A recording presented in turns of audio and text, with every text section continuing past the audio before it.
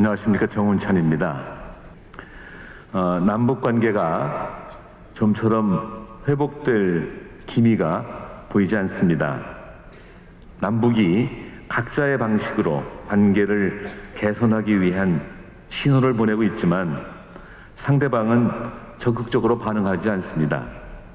서로가 속마음을 드러내지 않고 상대방에게 무리한 전제 조건을 내걸고 있기 때문입니다.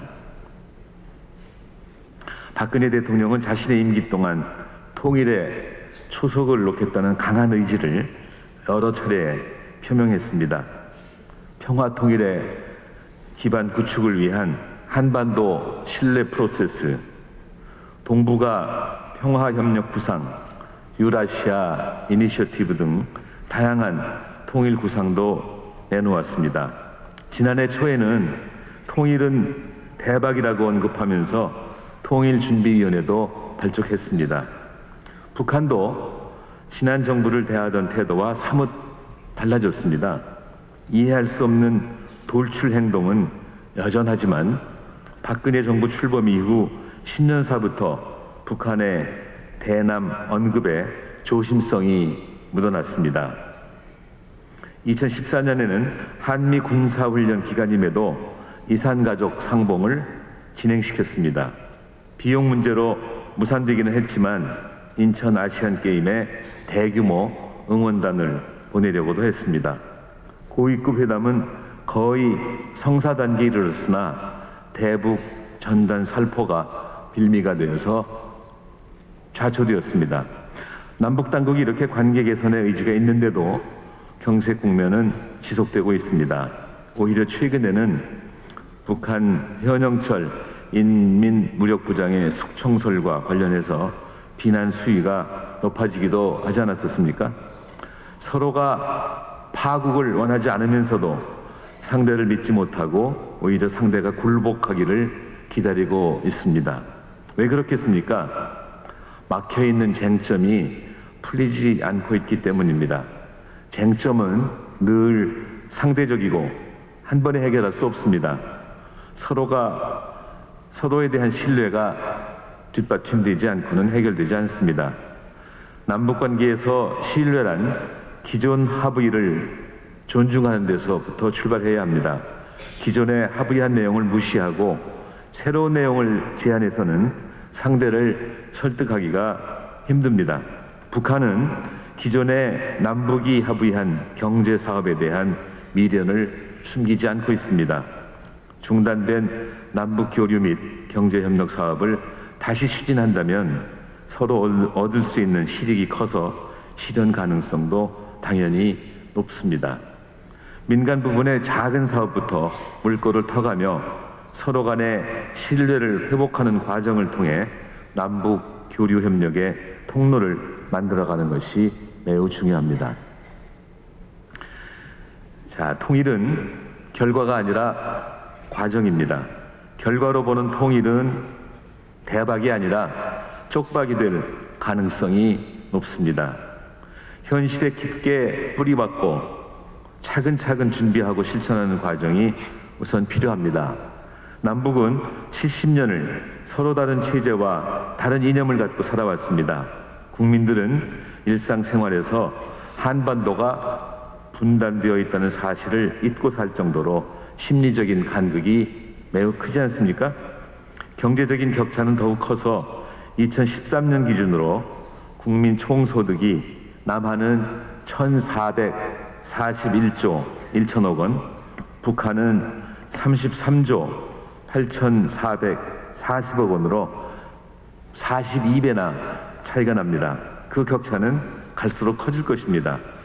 경제력 격차가 커질수록 통일 비용 역시 이에 비례해서 증가할 것입니다. 그리고 통일 과정에서 그 부담은 고스란히 양측 주민들이 감당해야 할 것입니다. 경제뿐이 아닙니다. 정치, 문화, 복지 등 사회 운영 시스템이 통일 전후 북한을 주도적으로 견인할 수 있을 정도로 준비되어 있다고 말할 수 있습니까?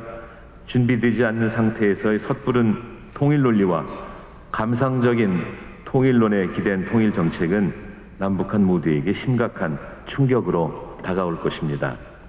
우리가 무력 통일을 추진하지 않는다면 근본적인 하나의 질문에 답해야 합니다.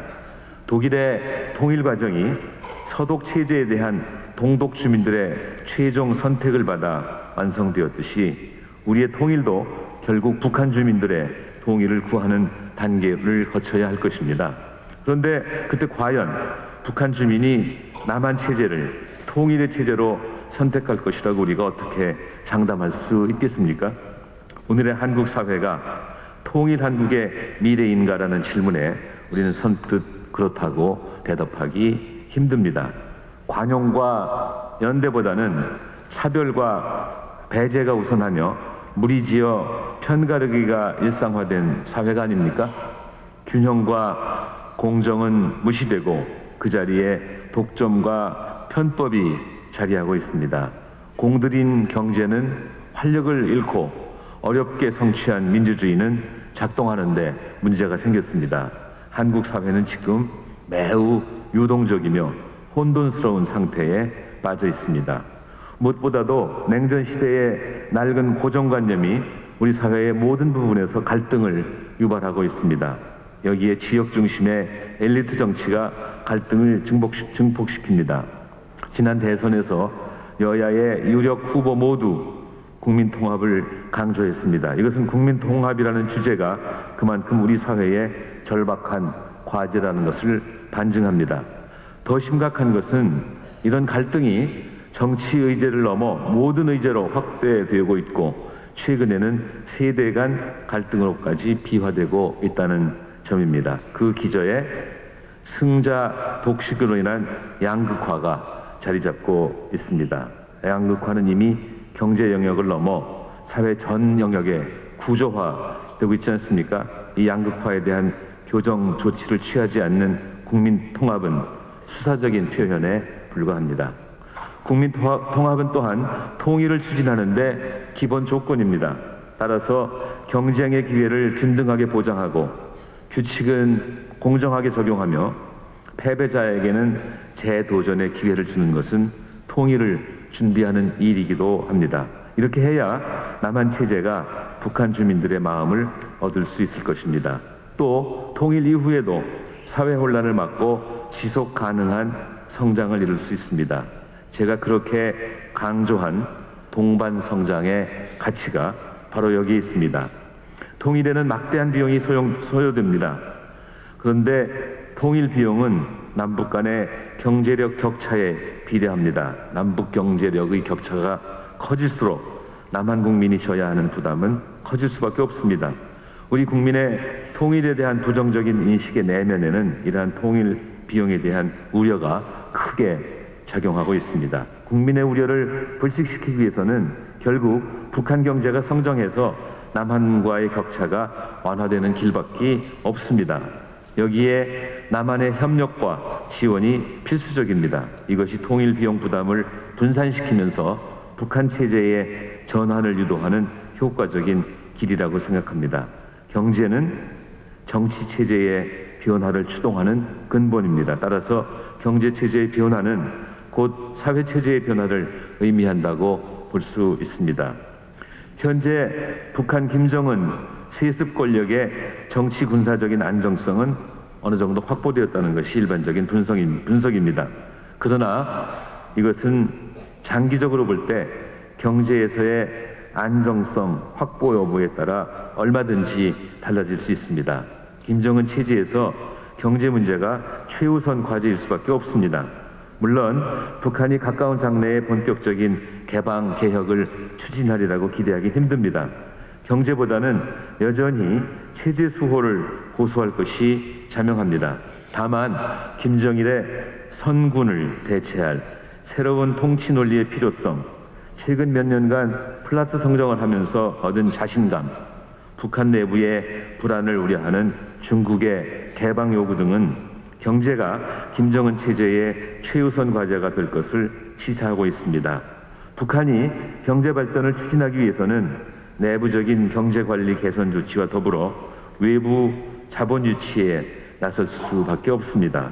사회주의 계획 경제 체제이든 자본주의 시장경제 체제이든 저개발 경제에서의 성장은 자본의 증가가 필수적이기 때문입니다.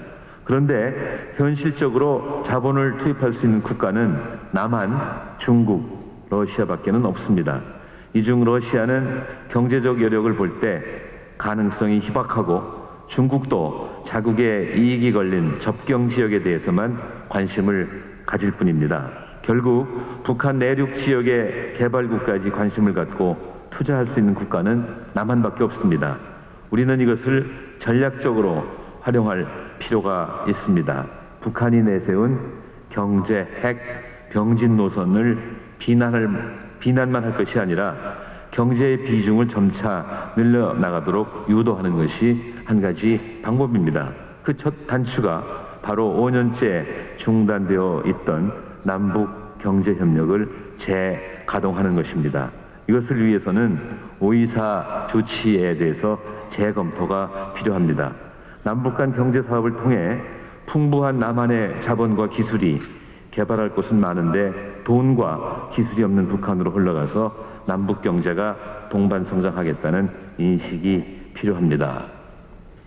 우리나라가 올해로 광복한 지 70년이 되었고 분단된 지도 70년이 되었습니다. 그러나 박근혜 대통령께서도 말씀하셨듯이 광복은 아직 맞지 못했습니다. 통일이 필요하지 않겠습니까? 그동안 남한은 고도 성장과 민주화를 쟁취하며 세계 인류 국가에 근접한 반면에 북한은 유일 수령 세습 체제와 절대 빈곤 상태에서 좀처럼 벗어나지 못하고 있습니다. 참으로 안타깝습니다.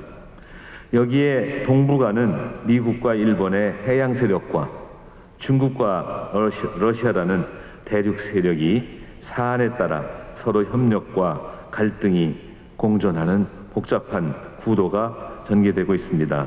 어떤 의미에서는 남한이 과거 70년보다 훨씬 불투명한 미래와 과제에 직면해 있는 것이 사실입니다.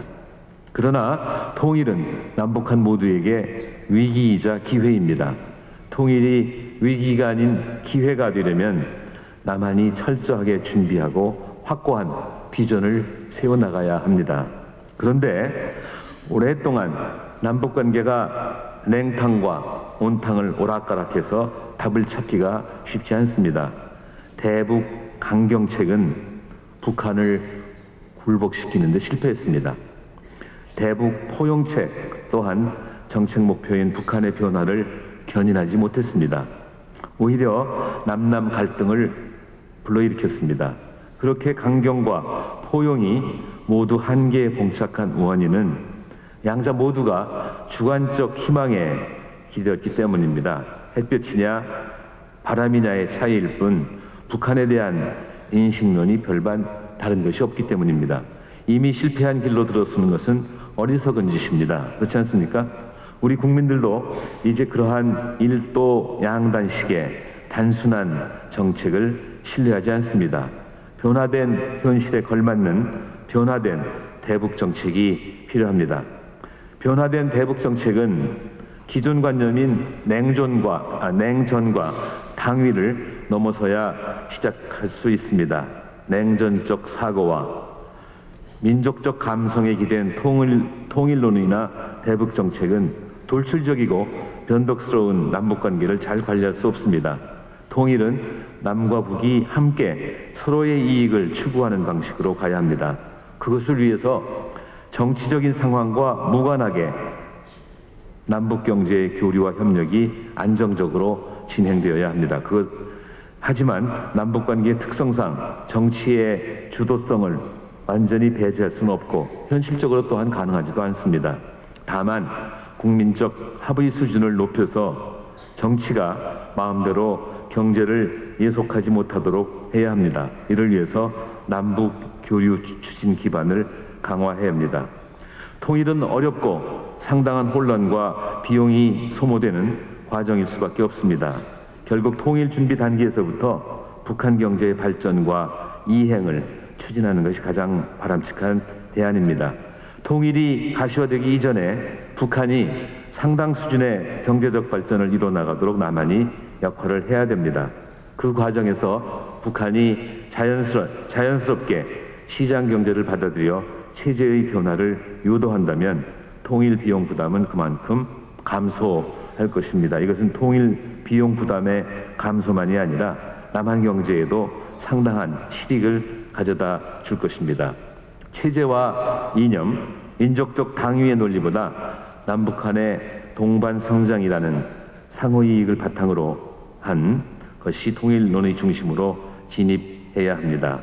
이런 차원에서 광복 70주년을 맞이해서 늘 한국 사회와 또한 통일을 위해 기도하고 애쓰시는 여러분들이 통일을 준비하는 길목에 함께 해주실 것을 기대합니다. 한 말씀만 더 드리겠습니다. 짧게 말씀을 드리자면은 이거 직업상 할 수 없이 드리는 말씀일지도 모르겠습니다. 통일을 위해서는 동반성장이 필요합니다. 여러분이 이렇게 생각해 보십시오. 아까 말씀드렸죠. 통일은 무력 통일은 안 됩니다. 평화 통일이어야 합니다. 평화 통일을 하자면은 남한 주민과 북한 주민이 통일에 찬성해야 됩니다. 남쪽에 양극화가 아주 심하다고 가정해 봅시다. 지금 실제로 양극화가 심합니다. 양극화가 심화되어서 또는 계속 유지되어서 남한이 어떤 사람들은 인류 국민이고 어떤 사람들은 이류 국민인 것을 북한 주민들이 본다면은 절대로 통일에 찬성 안 할 것입니다. 그런데 우리는 삼류 국민이 될 것이냐 이렇게 해서 안 할 것입니다. 또 북한과 남한의 경제 격차가 굉장히 심하다고 한번 생각해 보십시오. 실제로 지금 굉장히 심합니다. 남북한 간에 동반 성장이 이루어지지 않고 양극화가 계속 심화된다면은 남한 주민들이 통일에 절대 찬성 안 할 것입니다. 통일이 되면은 우리가 저 북한 사람들의 치닫거리를 해줘야 할 텐데 과연 통일해도 되나? 이 생각이 오늘날 남한의 젊은이들의 주된 생각이 아닌가 생각합니다. 그래서 통일을 위해서 동반성장이 충분 조건은 아닐지 모르지만 필요 조건이다 하는 말씀을 여러분께 드리겠습니다.